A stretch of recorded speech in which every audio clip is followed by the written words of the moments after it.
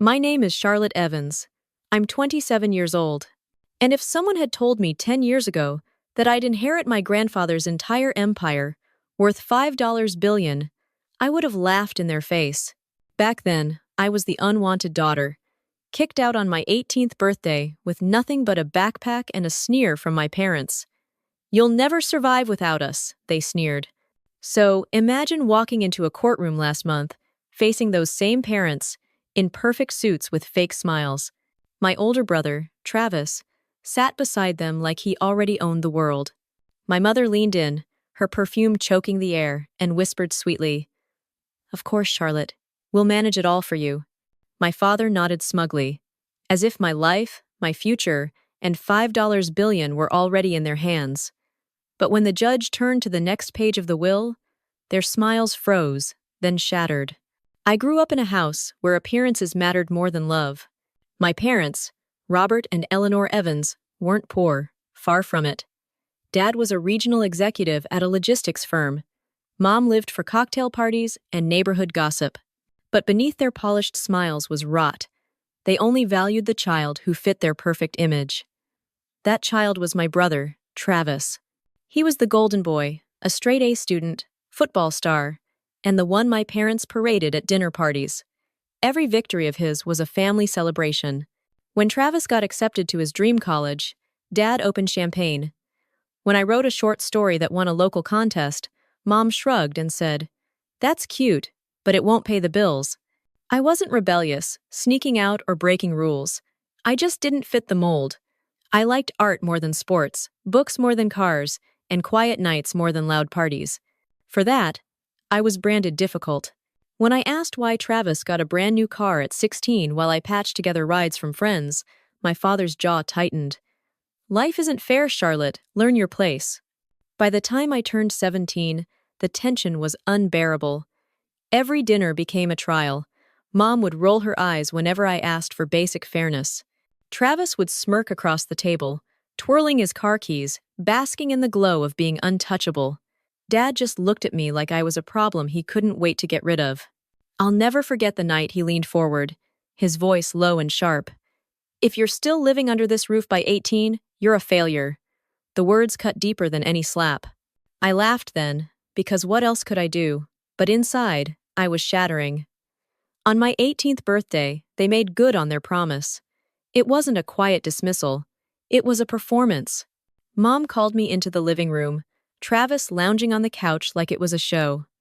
Dad stood tall, holding an envelope. "We've decided it's time you learn responsibility," he said coldly. "No more money, no more support. You're on your own." The envelope held nothing, no check, no safety net, just a symbolic gesture that they were done with me. I packed what I could into a backpack, 2 changes of clothes, a sketchbook, and my phone. When I hesitated at the door, Mom's voice rang out, syrupy but cruel. "Don't worry, sweetheart. You'll thank us one day." That night, I slept in the back seat of my old car, wondering how my life had unraveled so completely. Meanwhile, Travis posted photos from his fraternity party, smiling with a brand new MacBook Dad had bought him. The only person who didn't abandon me was my grandfather, Arthur Evans. He invited me over on weekends, fed me, and let me crash on his couch when I had nowhere else to go. He never said much about my parents, but the way his eyes darkened when their names came up told me he knew the truth. In time, he became more of a father to me than my own ever was. The years after I left home blurred into survival. I worked part-time jobs, studied when I could, and scraped together enough to rent a shoebox apartment. It wasn't glamorous, but it was mine. Through it all, my grandfather was the only family who never turned his back on me. He'd slip me grocery money when he thought I wasn't looking.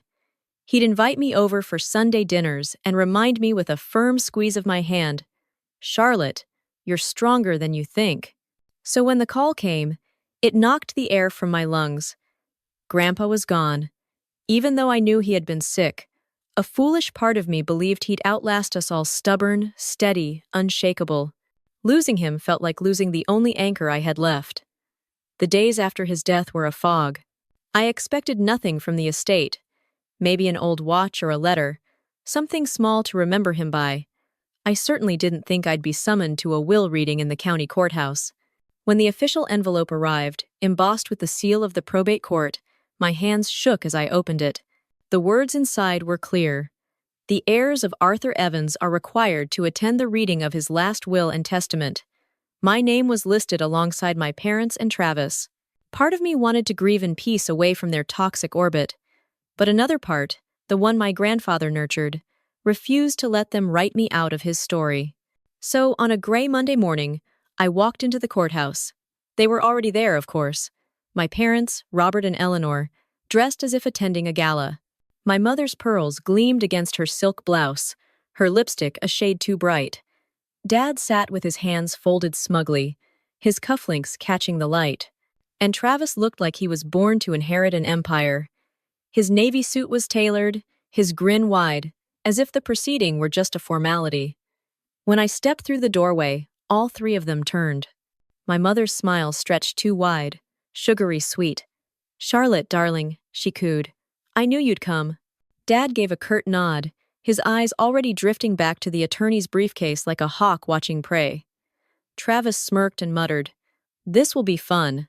I sat down across from them, my pulse hammering in my ears. The air felt thick and suffocating. The attorney, a sharp-eyed man named Mr. Thompson, cleared his throat. "We are here to read the last will and testament of Arthur Evans," he began. My mother's hand brushed mine, her nails pressing slightly into my skin. "Don't worry, Charlotte," she whispered. "Of course, we'll manage it for you." My father nodded smugly, as if the billions were already in his account. They had no idea what was about to hit them. The room was so quiet I could hear the rustle of papers as Mr. Thompson flipped to the first page of the will. My parents leaned forward. Travis stretched back like a king awaiting his crown. I gripped the edge of my chair until my knuckles whitened. "This is the last will and testament of Arthur Evans," Mr. Thompson began, his voice steady. My mother exhaled audibly, as though it was rehearsed, glancing at Travis, then at me with a patronizing smile. Dad rested his hand on his knee, smug and certain. I could almost hear the script they'd written in their heads. Travis inherits the fortune. They manage it together, and I fade into irrelevance. But then Mr. Thompson's next words split the air like a thunderclap. "I, Arthur Evans, do hereby leave the entirety of my estate, valued at approximately $5 billion, to my granddaughter, Charlotte Evans." Time stopped. For a heartbeat, nobody moved. My parents froze mid-smile, their faces cracking like porcelain masks. Travis's jaw dropped, then snapped shut with an audible click. I blinked, certain I'd misheard. My pulse thundered so loudly I barely registered the attorney continuing. "It is my express wish, Mr. Thompson read, that this estate be left in her sole possession with no trustees, no oversight, and no conditional management. Charlotte Evans is to have full control of the assets, properties, and holdings effective immediately." The silence that followed was deafening. Then, like vultures realizing their prey had flown from their talons, my family scrambled. My mother's voice shot out first, shrill but laced with sugar. "Well, of course that makes sense," she said, clapping her hands lightly. "Charlotte was always close to her grandfather. Naturally, she'll need our guidance, won't she, Robert?" Dad straightened, nodding quickly. His smile stretched tight. Yes, of course. $5 billion is an enormous responsibility for someone so young, so inexperienced. We'll step in, manage the investments, oversee the properties, protect you from mistakes." Travis laughed under his breath, the sound cold and sharp. "Don't take it the wrong way, Char. But you've never exactly been responsible. Remember when you maxed out that little credit card freshman year? Multiply that by $5 billion, a disaster waiting to happen." I sat frozen, every word lashing me like a whip. Their arrogance was staggering. Even after my grandfather had trusted me with everything, they couldn't see me as capable. To them, I was still the weak, expendable one. Mr. Thompson cleared his throat. "To clarify," he said firmly, "Mr. Evans specified that the estate belongs solely to Charlotte Evans. No trustees, no family oversight, no shared management." Dad's jaw tightened. He forced a chuckle. We understand. We're only concerned for her well-being. You understand, don't you, Charlotte? He looked at me, calling me Charlotte as a gesture of affection, though his eyes gleamed with fury. Mom leaned closer, her nails digging into my arm. Sweetheart, you know we only want what's best. Let us guide you. Grandpa would want us all to benefit. That word, benefit, hung heavy in the air. It meant benefit for them, not for me. Inside, something stirred a heat I hadn't felt in years. I remembered every cold night in my car, every cruel smirk across the dinner table, every time they told me I wasn't enough. And now they were here, trying to sink their claws into the one thing my grandfather had trusted me with. I kept my face neutral, my lips pressed tight, but inside I was boiling. Travis leaned forward, smirking again. Think about it, Char. You're not even a homeowner. You rent. You've never invested a dime. $5 billion will drown you. Dad's managed money his whole career. It just makes sense. For a moment, I almost laughed. They still didn't understand. Grandpa had seen through all of them. He hadn't chosen me out of pity. He'd chosen me because he knew I could rise above their greed. As their voices droned on, full of fake sweetness and poisonous barbs, I sat straighter in my chair. I didn't say a word, not yet. But I knew this was only the beginning of a war they could never win. The courthouse scene was only the opening act. By the time I returned to my apartment that evening, my phone was already buzzing with messages from my mother. We should talk, sweetheart. Your father and I know what's best. Don't make rash decisions. Each text dripped with faux concern, but I knew the truth they were circling, desperate. I ignored them. For 2 days, silence. Then, late one night, a knock rattled my door. When I opened it, there stood Travis leaning against the frame in his tailored jacket. That infuriating smirk was plastered across his face. Without waiting for permission, he walked in. Cute place, he said, glancing around my modest living room as though inspecting a motel. But let's be honest, Char. This won't do anymore. $5 billion and you're living here? Embarrassing. I crossed my arms. What do you want, Travis? He sank into my couch, stretching out like he owned it. Simple. I'm here to make sure you don't embarrass yourself. You've been living small for so long, you don't even realize what you've got. Dad knows investments. Mom knows people. And me? I've got vision, style. Together, we could turn Grandpa's empire into something bigger, but only if you stop being stubborn.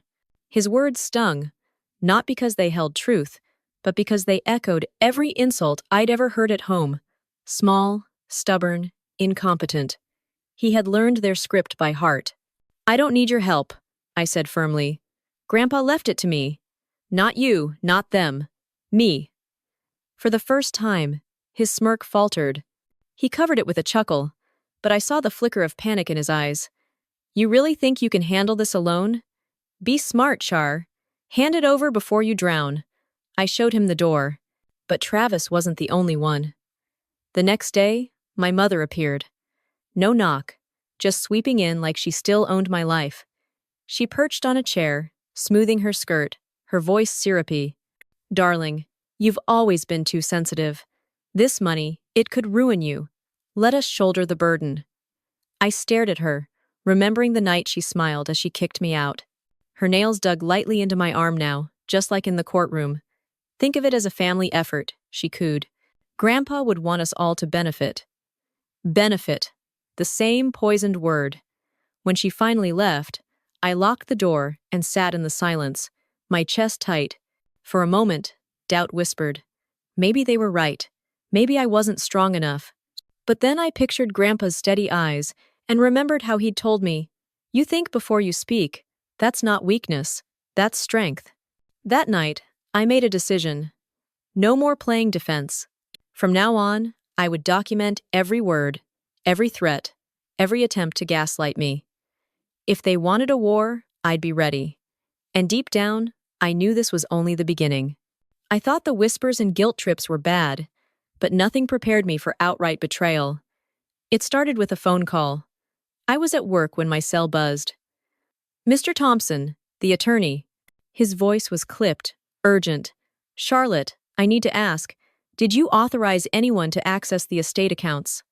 My stomach dropped. No. Why? He sighed. Someone presented themselves at the bank as your representative. They tried to withdraw funds. Fortunately, the stipulations in your grandfather's will flagged the attempt. The bank refused. But Charlotte, they were insistent. I didn't need to ask who it was. I could picture it perfectly. My father's stern voice, my mother's sugary smile, Travis's arrogance all spun into a lie to claim what wasn't theirs. That night, I drove past their house.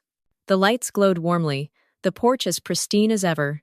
2 cars sat in the driveway like nothing had changed. But to me, the sight was venom. They weren't just manipulative anymore, they were thieves. And, as if that weren't enough, the slander campaign began. Small towns thrive on gossip, and my parents knew it. Suddenly, people at the grocery store looked at me differently. The cashier who once smiled now muttered, "Must be nice living off an old man's money." At the gas station, I caught whispers. She stole it from her brother. That fortune wasn't meant for her. Even my few friends pulled away. Phone calls stopped. Invitations vanished. The narrative was spreading.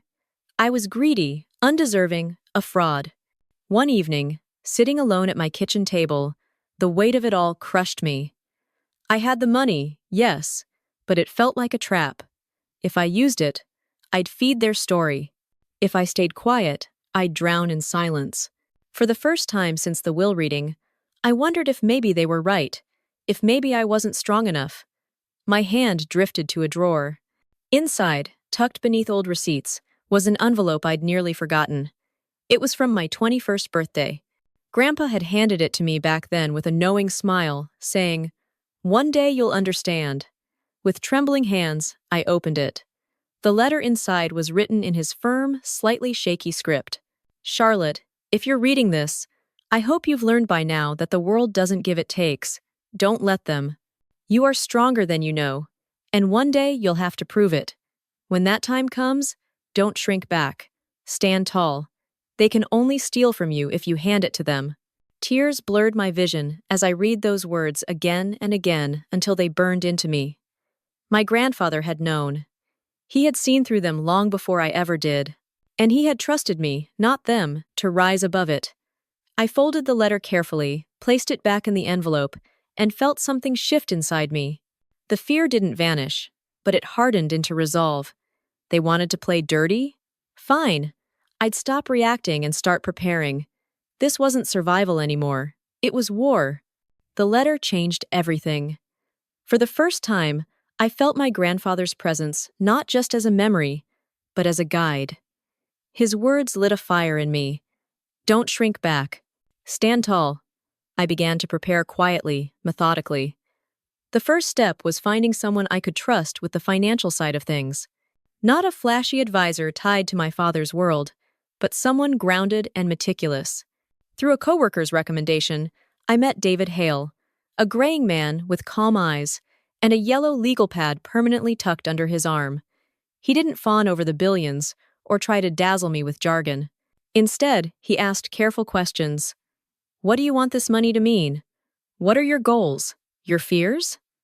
He listened without judgment. As I admitted, I was terrified of drowning under the weight of it all. When our first meeting ended, he slid a simple plan across the table. You're more capable than you think, Charlotte, he said, shaking my hand firmly. You just needed someone to confirm it. That night, I slept better than I had in weeks. With David's help, I took small, deliberate steps. I purchased a modest home, not a mansion, just a quiet place where no one could throw me out. Walking through those empty rooms, I whispered to myself, this is mine, truly mine. But I knew money alone wouldn't protect me. My parents were relentless, and gossip was their weapon. So, I decided to fight back the way my grandfather would have by building respect. I joined a local charity board he had once supported. At first, I was nervous, the whispers of undeserving still following me. But slowly, people began to see me as more than a headline. They remembered Arthur Evans's integrity, and by extension, they started to respect me. Then came the turning point. At one of those board meetings, I was introduced to Daniel Grant, a retired attorney in his 50 seconds with sharp eyes and a calm, commanding presence. When he learned I was Arthur Evans's granddaughter, his expression softened. "Your grandfather was a rare man," he said, gripping my hand. "He always spoke highly of you." Over coffee a week later, Daniel leaned in and lowered his voice. "You should know your grandfather anticipated trouble after his passing. He put certain protections in place." My breath caught. "Protections?" Daniel nodded, sliding a worn folder across the table. Inside were documents I'd never seen, ironclad clauses and notarized stipulations. If your parents attempt to interfere or present themselves as your representatives, they're automatically disinherited. Not just morally, Charlotte, legally. He safeguarded you. I stared at the papers, my chest tight. My grandfather hadn't just left me money, he had left me a fortress.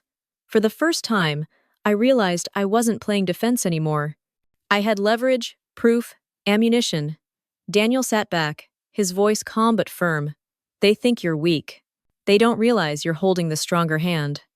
When they overstep, and they will, you'll be ready." I left that meeting with a new sense of clarity. My parents weren't just up against me anymore. They were up against my grandfather's foresight, my allies, and my determination. The war wasn't over, but for the first time, I felt like I could win. I should have known it was coming. For weeks, my parents and Travis had been circling like sharks, testing boundaries, sniffing for weakness. They'd tried guilt, manipulation, and theft. Nothing had worked, so they escalated to the one place they thought they could win: the courtroom. It was a crisp autumn morning when Daniel called me. His tone was sharper than I'd ever heard. "Charlotte, they filed a petition with the court this morning. They're claiming you're unfit to manage the estate. They're requesting guardianship of your assets." I nearly dropped the phone. "Guardianship? I'm 7 years old." "That's their angle," Daniel said grimly. "They'll argue you're inexperienced, unstable, incapable. But remember, we've prepared for this." The hearing was set for the following week. The days leading up to it stretched like wire. Every time I stepped outside, I felt the weight of whispers. Neighbors looked at me with a mix of pity and suspicion. My parents had been busy poisoning the well. By the time I entered the courthouse, my hands were trembling. I wore a simple navy suit, nothing flashy. I wanted to look competent and steady. Across the aisle, my parents and Travis sat together, flanking one another like soldiers. My mother's smile was syrupy. My father's jaw was tight with smug anticipation. Travis was practically glowing with arrogance. When the judge called us to order, their attorney stood and launched into a performance. His words dripped with condescension. "Your Honor, my clients are deeply concerned for their daughter. While they grieve the loss of Arthur Evans, they cannot ignore the risk of handing a $5 billion estate to someone as inexperienced and impulsive as Charlotte. She has no history of financial management, no assets of her own prior to this inheritance, and a record of poor decision-making. It is only logical that her parents, successful, established adults, step in to safeguard the estate." Travis nodded solemnly at every line, as though rehearsed. My mother dabbed at her eyes with a handkerchief, feigning emotion. My father looked directly at the judge, projecting gravitas. It was theater, and they thought the audience would buy it. Then Daniel rose. He didn't rush. His voice was calm, deliberate. "Your Honor, this case is not about competence. It's about greed." He laid out the evidence one by one, each piece like a hammer blow: the forged attempt at the bank, text messages from Travis, dripping with condescension, mocking my ability to handle the money, letters from my parents proposing that I share the inheritance by funneling assets into their accounts, the stipulations in my grandfather's will, ironclad and explicit, that no one but me was to manage the estate. The courtroom grew quieter with each revelation. My parents shifted in their seats, their confidence cracking. Travis's smugness faltered as Daniel projected one of his texts onto the screen. "You'll drown in $5 billion, Char. Better let Dad take it." Then Daniel delivered the final blow. He lifted a worn leather notebook, edges frayed with use. This was entrusted to me by Arthur Evans himself. Inside are his handwritten notes, his concerns, his foresight. He anticipated this exact situation. "Allow me to read a passage." He flipped to the final page, his voice steady as he recited. "If they attempt to take what is not theirs, it will be proof enough of why I chose Charlotte. She has endured their cruelty, risen above their neglect, and proven stronger than they ever imagined. My estate is hers alone, not to be shared with those who cast her out."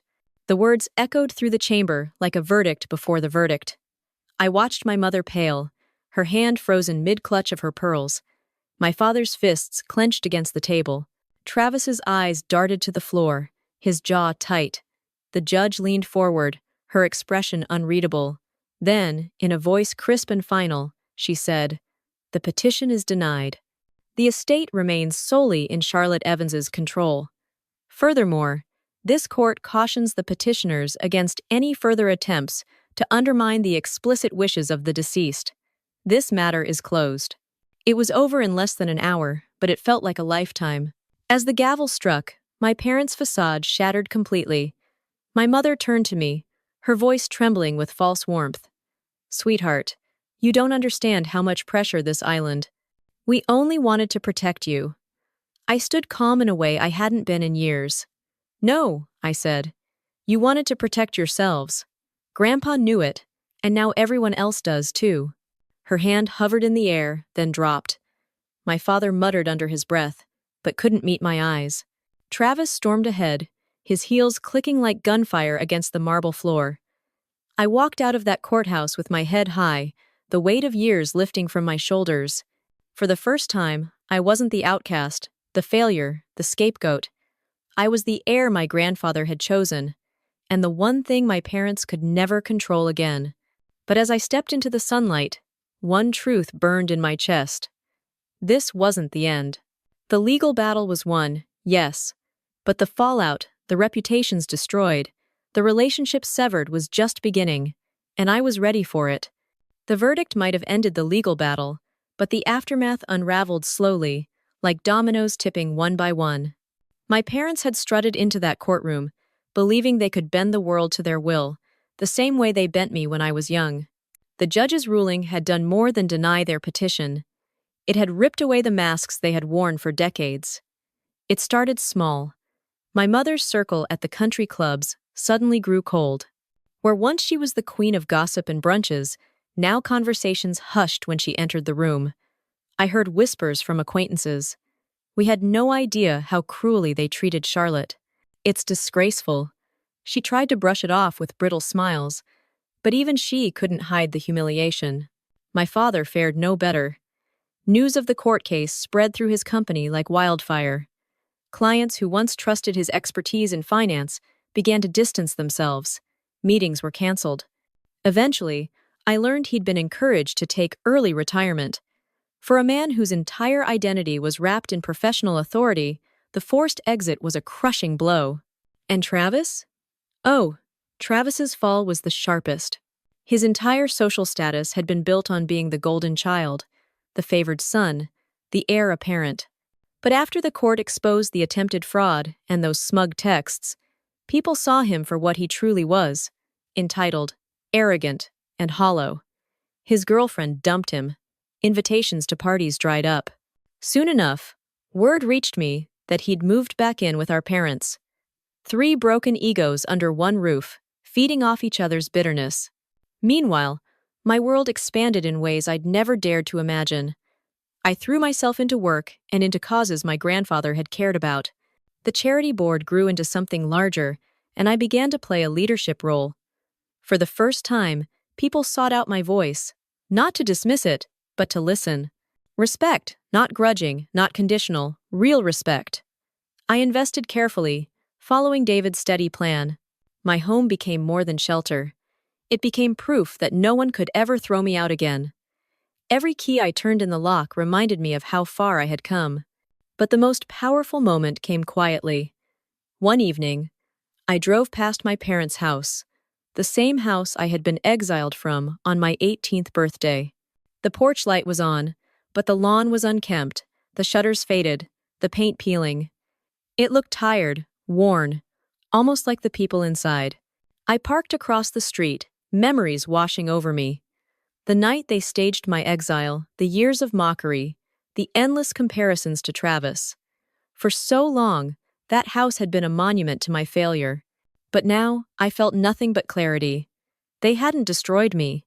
They had forged me. I rolled down the window, the cool night air brushing against my face, and whispered words I'd never dared speak before.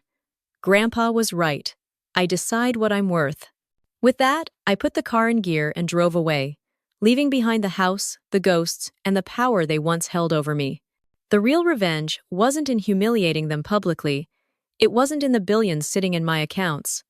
It was in this freedom, the knowledge that I no longer needed their approval, their love, or their validation.